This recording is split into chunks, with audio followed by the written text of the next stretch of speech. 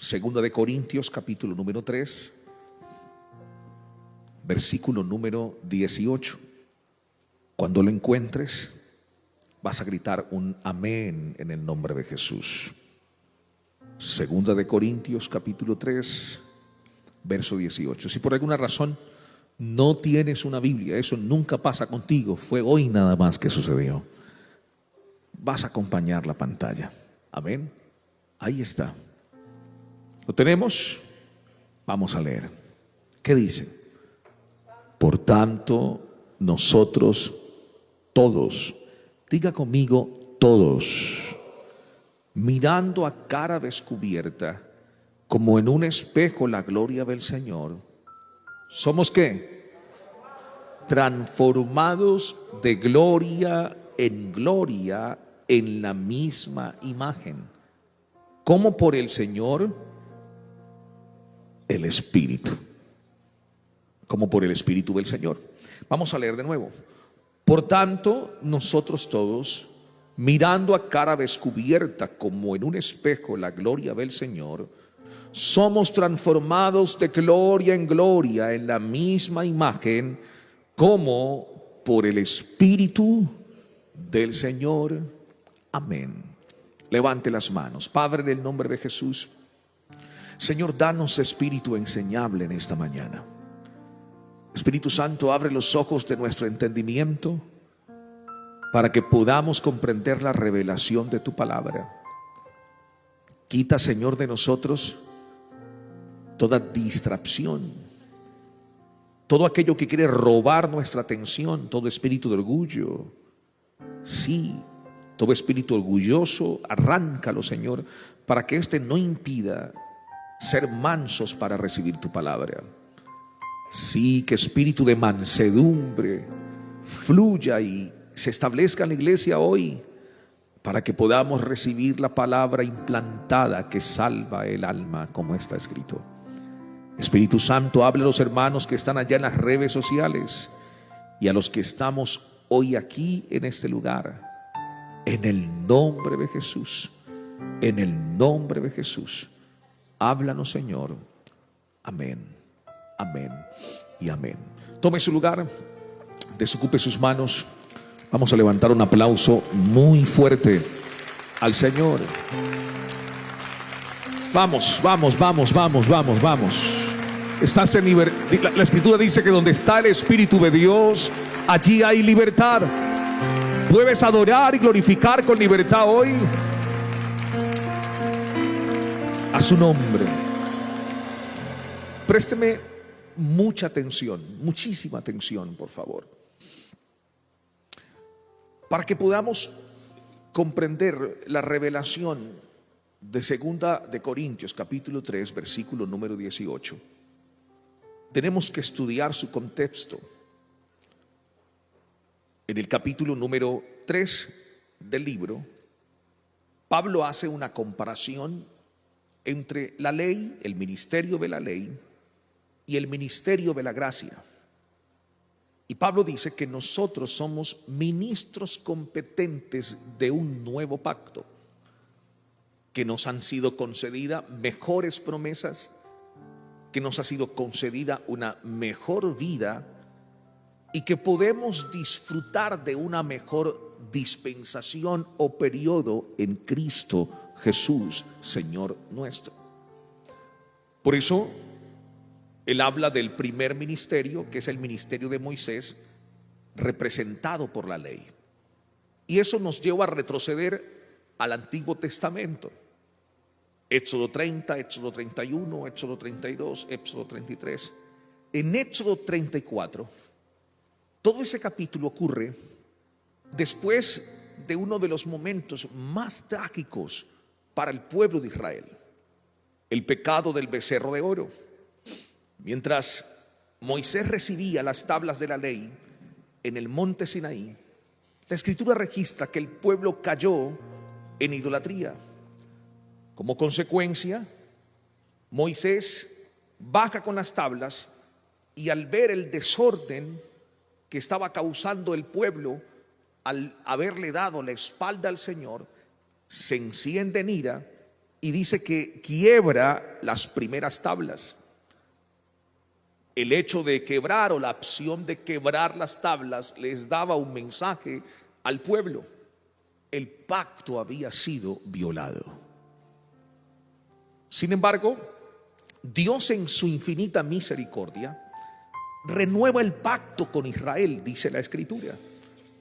Por eso la Biblia dice en Éxodo capítulo 34, en el versículo 1 al 4, que Dios ordena a Moisés tallar 2 nuevas tablas de piedra y luego subir nuevamente al monte. Moisés estuvo 40 días y 40 noches. La Biblia dice que no comió ni bebió y permaneció en la presencia de Dios durante todo el transcurrir de ese tiempo. Fue tan profundo lo que sucedió en el Sinaí, fue tan fuerte lo que aconteció allí en el Sinaí, que la Biblia dice que Dios se reveló de una manera inusual a Moisés. Le reveló su carácter. Recuerden que Moisés ya había visto señales. Recuerden que Moisés ya había visto poder. Recuerden que Moisés ya había sido testigo de mares abiertos, de columna de nube, de columna de fuego, de milagros sobrenaturales, señales y maravillas. Pero en el monte Sinaí, Dios se le reveló de otra forma, esta vez no haciendo un milagro espléndido para llamar su atención y llevarlo a depender de él, sino que Dios abre su corazón.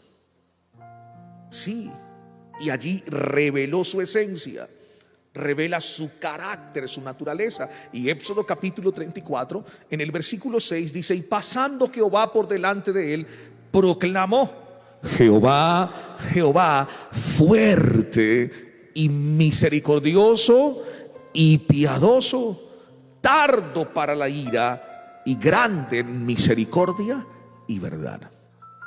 La gloria de Dios invade el Sinaí, y cuando Moisés desciende del monte, ocurre algo inesperado.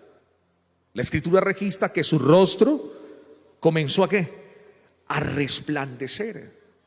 Era tan intensa la gloria que el pueblo no podía observarlo, no podía verlo, porque tanto así que la Biblia dice que Moisés tuvo que colocarse un velo para cubrir su rostro.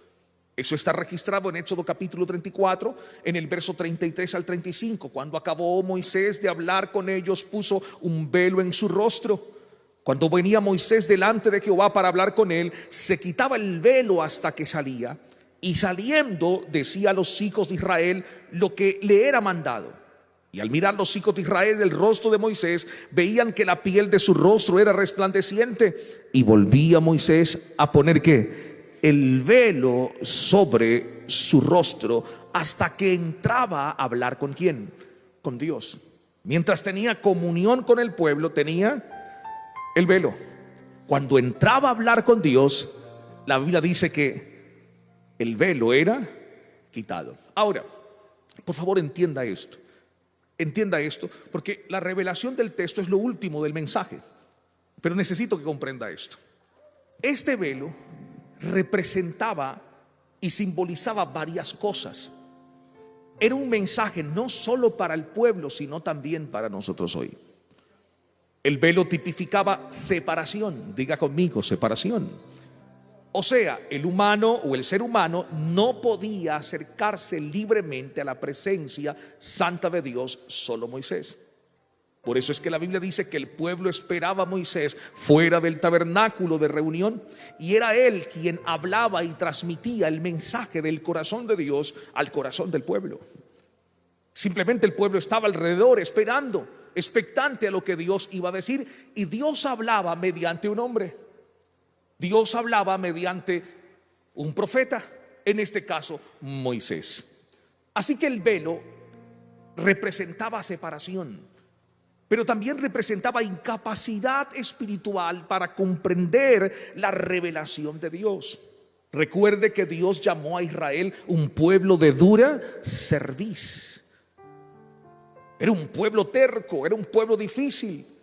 Muchas veces Moisés tuvo que hacerse entre Dios y el pueblo: no nos consumas. Y Dios dice: nos vamos a raer de la tierra. Es un pueblo rebelde, soberbio. Y Moisés siempre intercedía para que Dios no ejecutara juicio sobre Israel.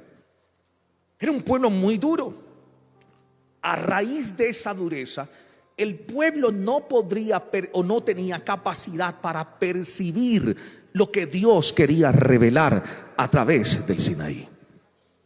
Ellos no entendían que el antiguo pacto, todo lo que ellos hacían, fiestas, tradiciones, rituales, todo lo que pasaba y acontecía en el Antiguo Testamento, sacrificios, altares, incienso, ceniza, todo apuntaba a una sola persona: Jesucristo, el Hijo de Dios. Es por eso que cuando Cristo viene, muchos no le reconocieron como el Mesías prometido. Y aunque tuvieron comunión con él mientras estaba en la tierra, no pudieron reconocerlo. A lo suyo vino y los suyos no le recibieron. Luego dice: mas a los que le recibieron y creyeron en su nombre les dio potestad de ser hechos hijos de Dios. Ahora, hay algo interesante. Esto también representaba ceguera espiritual. Así que no solo era separación, no solo era incapacidad espiritual para entender la revelación de Dios, sino que era una ceguera espiritual. Segunda de Corintios capítulo 3, que es la base bíblica, en el versículo 13, miren lo que la escritura dice, por favor. Segunda de Corintios capítulo 3, verso 13. Y no como ¿quién? Como Moisés, que ponía un velo sobre su rostro para que los hijos de Israel no fijaran la vista en el fin de aquello que había de ser abolido. Versículo número 14. Pero el entendimiento de ellos se embotó, se endureció, porque hasta el día de hoy, dice, cuando leen el Antiguo Testamento o pacto, les queda el mismo velo no descubierto, el cual por Cristo es quitado. Leamos el versículo 15. Y aún hasta el día de hoy, cuando se lee a Moisés, el velo está puesto ¿sobre qué? Sobre el corazón de ellos. Ahora, eso significaba el velo. Entienda esto, porque esto más adelante lo vamos a comparar con las escrituras y vamos a encontrar la revelación del texto. Ahora, esa gloria sobre Moisés era una gloria temporal. Con el tiempo, esa gloria que hacía resplandecer su rostro iba a desaparecer, iba a mitigarse, iba a descender. Y es ahí donde el apóstol Pablo usa un acontecimiento, o este acontecimiento más bien, para enseñar una verdad extraordinaria que trae un beneficio para nosotros. Pablo está diciendo esto: si la gloria del antiguo pacto era tan impresionante, cuánto mayor es la gloria del nuevo pacto establecido por Jesucristo en la cruz del Calvario. Levante su mano, diga conmigo: antiguo pacto, nuevo pacto. Grita. ¿A cuál pacto pertenecemos nosotros? ¿Quién cree que pertenecemos al antiguo pacto? Diga amén. Muy bien. ¿Y cuántos creen que pertenecemos al nuevo pacto? Levante su mano. Qué bendición, esta iglesia tiene revelación. Ahora, en el nuevo pacto, en esta dispensación, en este tiempo, nosotros los creyentes tenemos acceso directo a la presencia de Dios. Ya no hay un velo que nos separe, porque la Biblia dice que Cristo quitó el velo mediante su muerte y su resurrección. La Biblia dice en Mateo capítulo 27, en el verso 50, mas Jesús, habiendo otra vez clamado a gran voz, entregó el Espíritu. Y he aquí el velo de ¿qué? Del templo se rasgó en dos, de arriba abajo, y la tierra tembló y las rocas se partieron. Allí comienza una serie de sucesos sobrenaturales. Después de partirse el velo en dos, se desata una ola de milagros. Muertos resucitaron, aparecieron en sus casas. El pueblo fue consternado porque el nuevo pacto aperturó una nueva temporada para el pueblo. Ahora, entienda esto, por favor, entienda esto.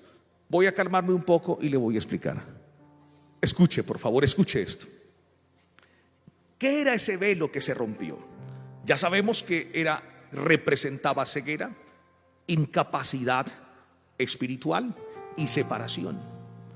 Pero ese velo que se rompió en el templo tiene un mensaje precioso que une las dos líneas del mensaje. Entiendan esto: el tabernáculo de reunión, el lugar donde el pueblo se presentaba para presentar sacrificios a Dios, estaba dividido por tres secciones. El atrio, que era el lugar donde el pueblo traía los sacrificios y los presentaba delante del Señor. Luego estaba el lugar santo, y en el lugar santo los sacerdotes tenían acceso únicamente a ese lugar, el pueblo no. Pero había una tercera sección. ¿Cuál era? El lugar santísimo. El lugar santísimo era el lugar más santo, tanto del tabernáculo como del templo. Era la parte más sagrada, y solo, dice la Escritura, el sumo sacerdote entraría únicamente una vez al año, dice la Escritura. En el día de la expiación, dice la palabra del Señor, solo una vez, y solo lo hacía él. Nadie más tenía acceso al lugar santísimo. Ahora, hay algo interesante. Entre el lugar santo y el lugar santísimo estaba un velo. Levante su mano, diga conmigo: velo. Toca al que está a tu lado, dile: velo. Vamos, despiértalo, sacúdalo, dile: velo. ¿Qué había? Un velo. Cuando Jesús muere en la cruz, ese velo, ¿qué pasa? Haga conmigo así, por favor, con fuerza. Aproveche a hacer ejercicio, no se preocupe. ¿Qué pasó con el velo? Se rasgó en dos. Y ese rasgamiento fue profético. Profético, ¿por qué? Porque nos daba garantía de una verdad extraordinaria para nosotros, la iglesia. Al velo rasgarse, el mensaje para nosotros es el siguiente: ahora podemos acercarnos a Dios con confianza y libertad mediante Jesucristo, el Hijo de Dios.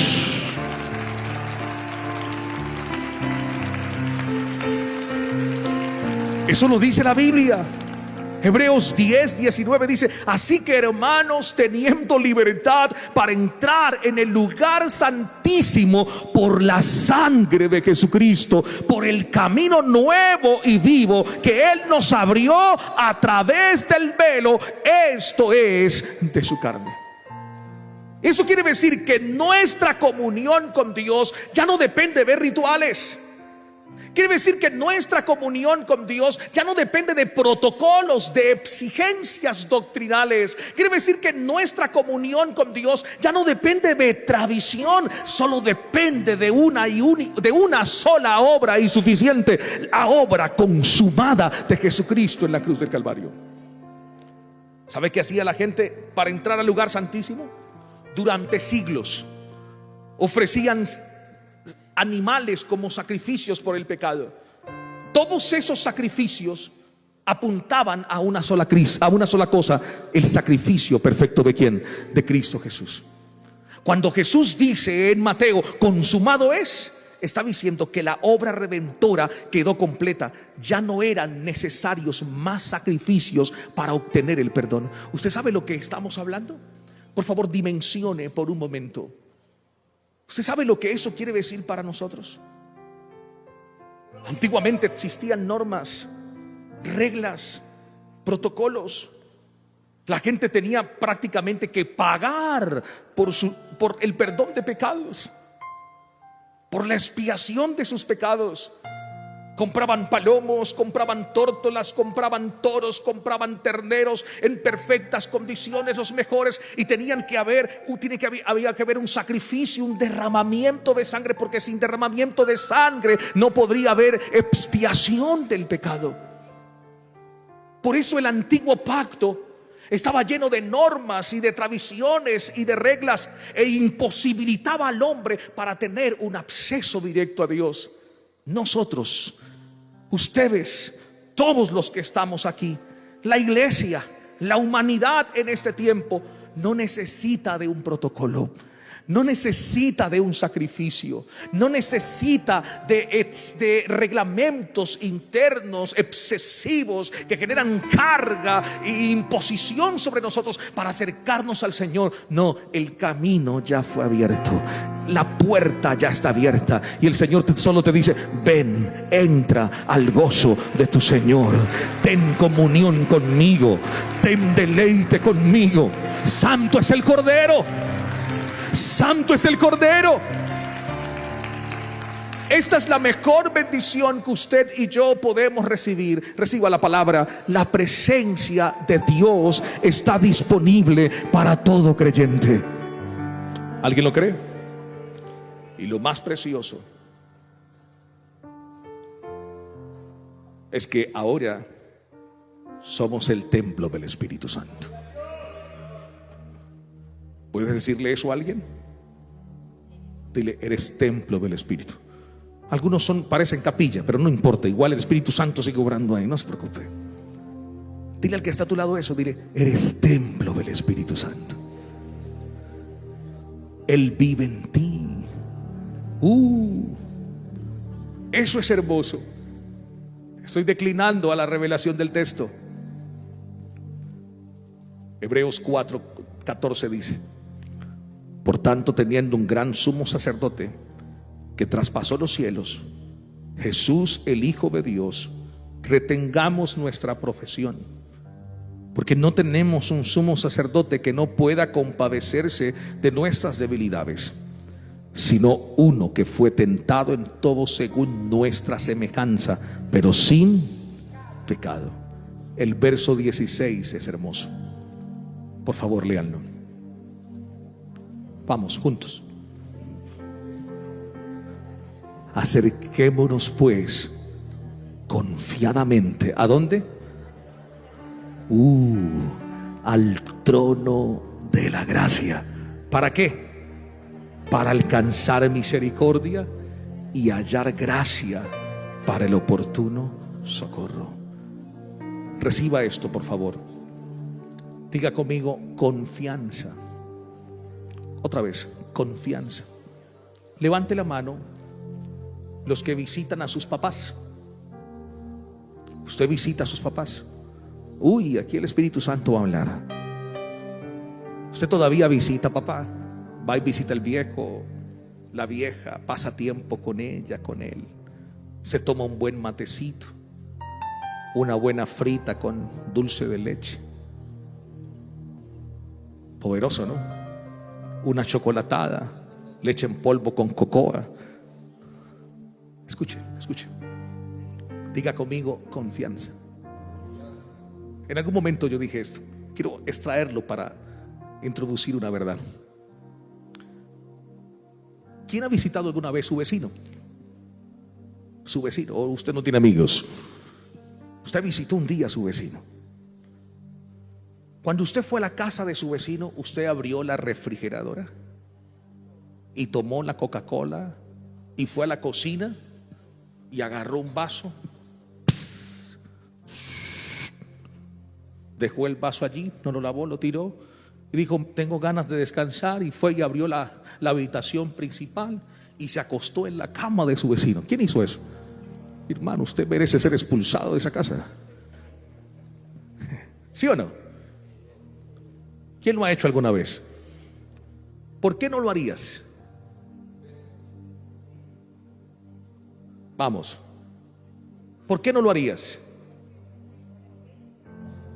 Muy bien, por respeto, porque no es correcto.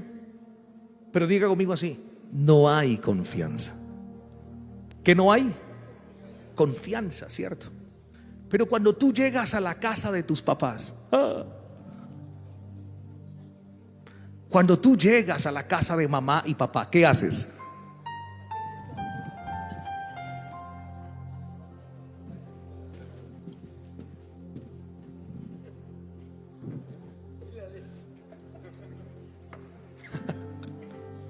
¿Sí o no?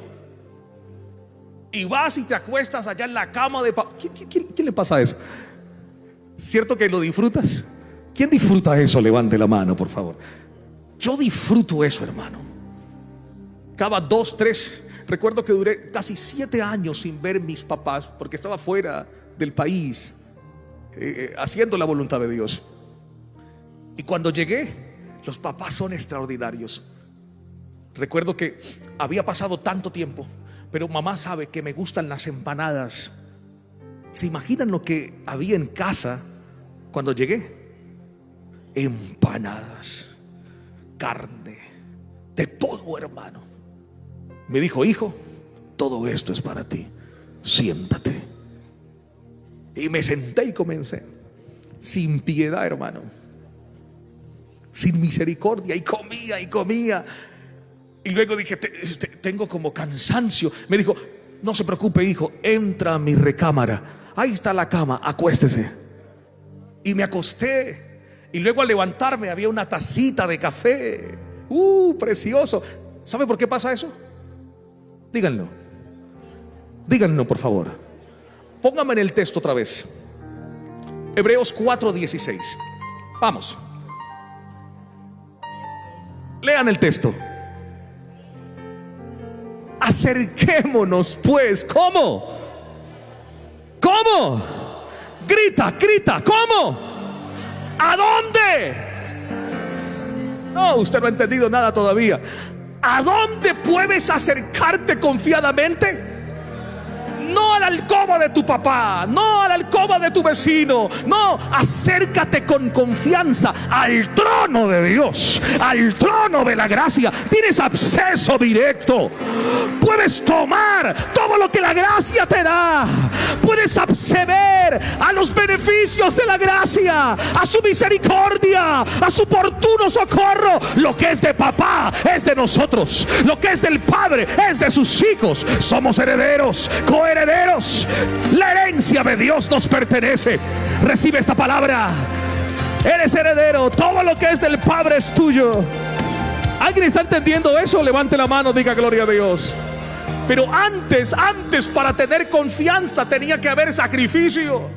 Tenía que haber ritualismo, tradición, normas, reglas. Hoy no existe norma alguna ni regla alguna. Ante el trono de Dios usted accede mediante la obra preciosa de Jesús en la cruz del Calvario, y su sangre te habilita para tomar todo lo que es de Dios para ti. Aleluya, aleluya. ¿Quién recibe esa palabra? Levante su mano. Ojo, aquí hay algo precioso. Te pregunto, cuando pecas, cuando fallas contra Dios, ¿tienes que pagar algo para obtener su perdón? Díganme, por favor. ¿Tienes que pagar algo para acceder su perdón? No, su perdón es gratuito. ¿No te ha pasado que cuando fallas hay tristeza en tu corazón y culpa, pero luego oras y descansas? ¿Tuviste que pagar algo para recibirlo? No, es gratuito. La salvación de tu alma, ¿tienes que pagar alguna indulgencia para recibirla?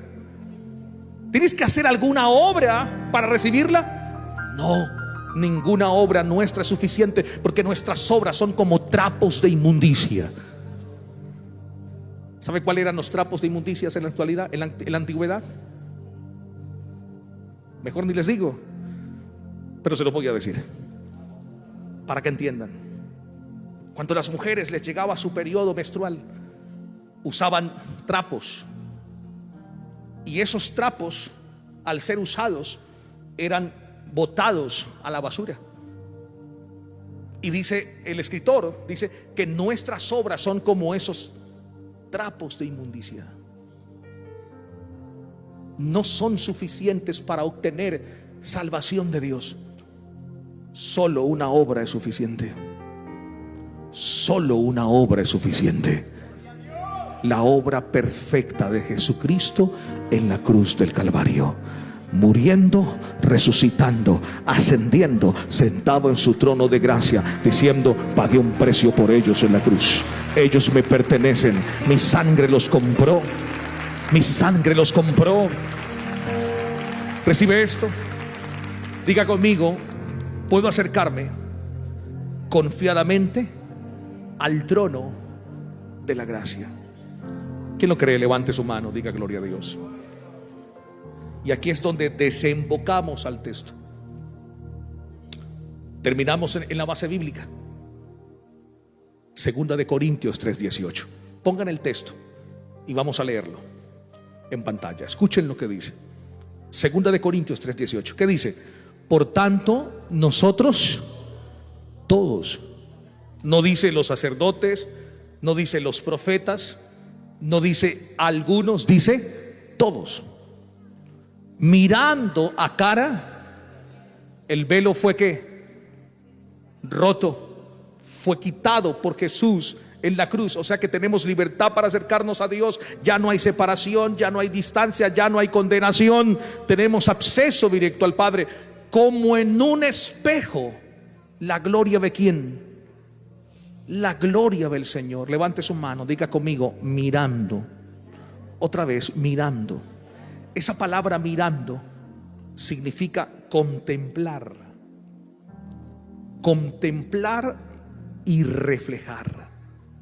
Levante su mano y diga conmigo: no puedo reflejar lo que nunca he contemplado. Vamos, dígalo: no puedo reflejar lo que nunca he contemplado. Y luego dice: somos transformados ¿de qué? De gloria en gloria, en la misma imagen, como por el Espíritu del Señor. Aquí está la revelación del texto. Escúchela. No solamente contemplamos su gloria, sino que su gloria nos transforma. La presencia de Dios no solo trae consuelo. La presencia de Dios no solo trae refrigerio, restauración. La presencia de Dios te transforma. Pero usted no puede reflejar lo que usted no contempla. Me encanta que esa palabra contemplar significa dirigir la mirada del alma con atención profunda, amor y reverencia hacia Dios, su obra y su gloria. David lo dijo en el Salmo 27, en el verso 4: una cosa he demandado a Jehová, esta buscaré, que esté yo en la casa de Jehová todos los días de mi vida. ¿Para qué? Para contemplar la hermosura de Jehová y para inquirir en su templo. Aquello que contemplas moldea tu corazón. Escuche: aquello que contemplas moldea tu corazón. ¿Qué es lo que estás contemplando? ¿A qué cosas te estás exponiendo? ¿A dónde te estás sumergiendo? ¿Quieres cambio? ¿Quieres ser transformado? ¿Quieres que tu vida comience a dar frutos dignos de arrepentimiento? Necesitas exponerte a la presencia de Dios. Necesitas contemplar su hermosura. Necesitas dirigir tu mirada, la mirada del alma, hacia Él con reverencia y ver su obra con respeto y honor, creyendo que esa obra tiene el poder para hacer algo dentro de mí. ¿A qué nos estamos exponiendo? Cuando te expones a su presencia, cuando vienes a la iglesia, cuando congregas, cuando separas un tiempo y estás aquí para escuchar la palabra, estás expuesto a su presencia y su presencia te transforma. Cuando abres las escrituras, cuando pasas tiempo con el Espíritu Santo, cuando pasas tiempo con Él y hablas y lo adoras y tienes comunión con Él en el secreto, su gloria viene para transformarte. Eso quiere decir que no es por esfuerzo, que nuestros esfuerzos no son suficientes para cambiar. Podemos llevar un alcohólico a anónimos alcohólicos o alcohólicos anónimos y dejarlo 3 meses allí, y en los 3 meses existirá un cambio superficial. Sácalo de allí y volverá a su estado anterior, porque el problema no es exterior. El problema no es desintoxicar el cuerpo. El problema no es desintoxicar la sangre, el problema está en el alma. Y el problema en el alma solo es transformado cuando su presencia viene y nos toma. Cuando su presencia viene y toma su lugar en nosotros. ¿Quién recibe esta palabra? Levante su mano. Toca al que está a tu lado. Dile: ¿a qué te estás exponiendo? Dile así: tú eres lo que contemplas. Pasa tiempo con un chismoso. Escuche, pase tiempo con un chismoso. ¿Qué va a pasar? Dime con quién andas. Pase tiempo con un murmurador. ¿Cómo te vuelves? Todo murmuras. No me gusta esa luz, no me gusta la música, no me gusta la alabanza. No me gusta el pastor, ese pastor es muy pequeño, yo quiero un pastor alto. El pastor es muy gordo, no hace ejercicio, uno flaquito. Y traen uno flaco, el flaco no me gusta el otro que era gordo. Dime con quién andas y te diré quién eres. Júntate con detractores y vas a ser un detractor. Júntate con mentirosos y aprenderás a mentir. Anda con adúlteros y aprenderás a serle infiel a tu esposa. Júntate con gente que su corazón es maldadoso y aprenderás a caminar en maldad. Pero el Salmo 1 dice algo precioso. En el versículo 1: bienaventurado el hombre que no anduvo en consejo de malos, ni estuvo en camino de pecadores, ni en silla de escarnecedores se ha sentado, sino que en la ley de Jehová está su delicia, y medita en ella de día y de noche. Colóqueme en el versículo 3, por favor. Escuche lo que dice el versículo 3: será como árbol plantado junto a corrientes de aguas, que da su fruto en su tiempo, y su hoja no cae, y todo lo que hace prosperará. Caminas con Dios, vas a vivir como Dios vive. Hablas con Dios, vas a aprender como Dios habla. Ves como Dios ves, vas a vivir en la vida plena de Dios. ¿A qué te estás exponiendo? ¿Con quién andas? ¿Qué contemplas? Toca al que está a tu lado. No lo mires, ni siquiera lo mire. Está enojado, no lo mire, por favor. Solo tócalo y dile: ¿qué estás contemplando? Dile: ¿a qué te expones? Y ahí nos preguntamos: ¿por qué no soy bendecido? ¿Por qué yo no soy prosperado? ¿Por qué yo no crezco en el ministerio? ¿Por qué la unción no está sobre mí? ¿Qué estás contemplando? ¿Por qué las puertas no se me abren? ¿Por qué Dios no me prospera y a otros sí? ¿Qué estás contemplando? ¿Con quién estás andando? ¿A quién escuchas? ¿Con quién compartes tu tiempo? Hoy el llamado es a que nos expongamos a su gloria continuamente, porque su gloria nos va a transformar de gloria en gloria, de gloria en gloria. Recibe esta palabra. Ponte de pie y dale un aplauso al Señor, por favor.